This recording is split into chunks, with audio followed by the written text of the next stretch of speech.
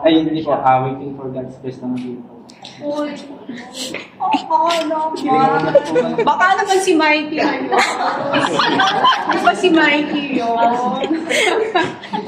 Gusto daw ni Mikey, siya na lang daw yung God's best. Ayun sa screen, mo mukha kang artist. Ay, hindi po. Diba? Diba? Yun, Ang ganda ng registro mo, mukha kang artista. Oh. Hindi nga, Piolo. Oh, Piolo, Pascual daw! Grabe naman daw! Pero ano, single? Nabisi po eh. Single sila. Naku kayo, grabe. 4 na lines sa English. Okay. Ay, hindi ko pala natanong sa'yo. Ano ang greatest lesson na natutunan mo pagdating sa love? Siguro ano po, okay naman yung love po.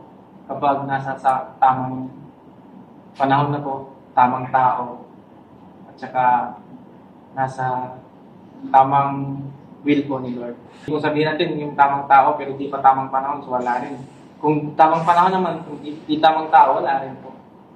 Dapat magkatugma-tugma yung Tatlo. right time, right person, and the right will of God for your life. Oh. Okay. So, yun ang nakuha natin. Aside from that, single si Dan. Siguro po ma'am. Baka marami mag-PM sa'yo nito. Oh, Dan! Mag-trending po na. Isa na si Mikey. Sorry po. Siguro sa story lang po. Hindi! Dan, di naman yung itsura mo. Parang ang Piolo Pascual na pa Derek Ramsey na Pwedeng artista. artista. Oo. Hindi, walang makakapagsabing nakulong ka. Ang ganda pa ng skin Di nga mo. po. Wala kang tattoo sa buka. Wala po.